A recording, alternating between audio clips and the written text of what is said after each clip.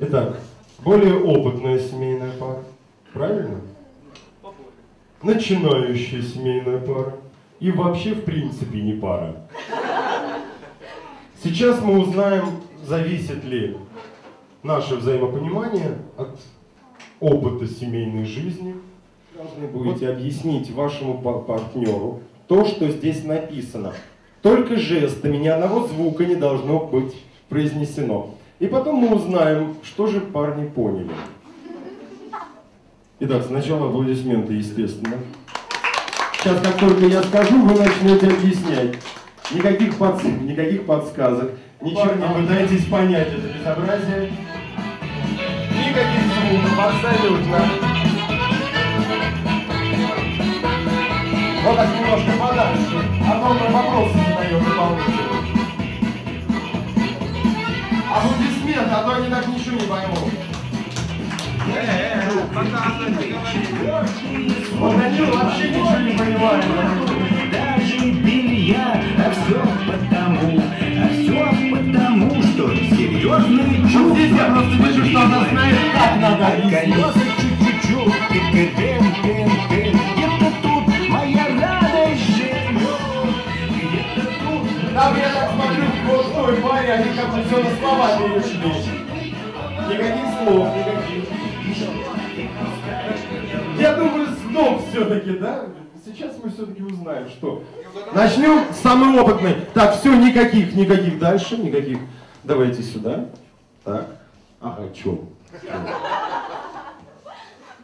Так мы и сказали, чё. Так, хоть что-нибудь понял? Ну, парочку. Во! Ну что понял? Ребенка качает. Ну. Близко, ну все. Потом бутылочку пить. Бутылочку женскую. Помада женская. Практически понял все. Родился мальчик, тут вес рос. Надо было принести бутылочку для кормления, помаду и коробку конфет. Аплодисменты. Понимание почти полное. Итак, Данил.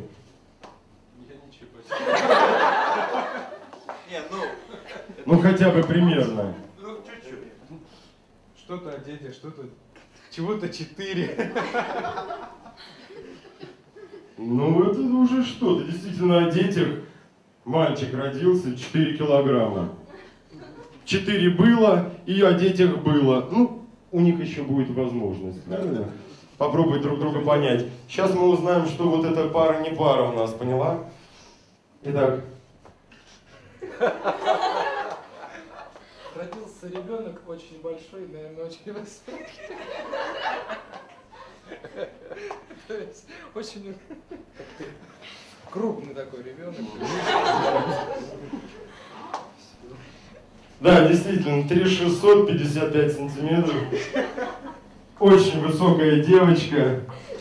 Ну а что было принести, это уже не важно.